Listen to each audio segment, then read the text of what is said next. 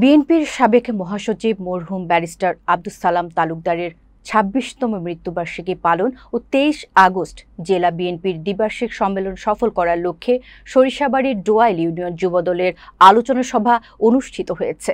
মঙ্গলবার দুপুরে ইউনিয়ন পরিষদ সংলগ্ন চাপারকোনা বাজারে আয়োজিত সভায় সভাপতিত্ব করেন যুবদল সভাপতি আলহাজ সালেহ আকরাম পল্লব এবং পরিচালনা করেন সাধারণ সম্পাদক রবিউল ইসলাম সেলিম।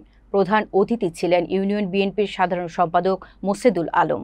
অনুষ্ঠানে আরও বক্তব্য রাখেন যুবদলের সাংগঠনিক সম্পাদক মোশাররফ হোসেন মুসা, সহ সাংগঠনিক সম্পাদক সোহেল রানা, সিনিয়র সহ সভাপতি আমিনুল মেম্বার, যুগ্ম সম্পাদক মুমিনুল ইসলাম লিটন সহ অন্যান্য নেতৃবৃন্দ। সভায় আগামী ৩০ আগস্টের মধ্যে ডোয়াইল ইউনিয়ন যুবদলের পূর্ণাঙ্গ কমিটি গঠনের সিদ্ধান্ত গৃহীত হয়।